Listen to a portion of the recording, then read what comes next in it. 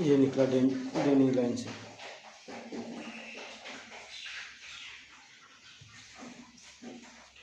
इसको बक्सर को बैठा देंगे, बैठा के चला के एक बार चेक कर लेंगे पानी देके, पानी क्लियरली ड्रेनिंग हो रहा है कि नहीं। पानी थोड़ा स्टॉक कर लेता हूँ, कोई लीकेज उकेज हो रहा है कि नहीं पानी में।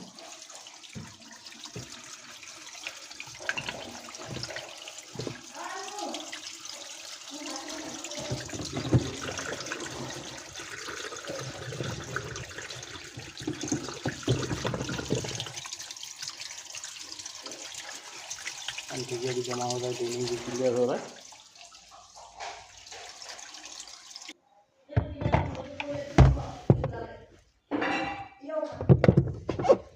क्यों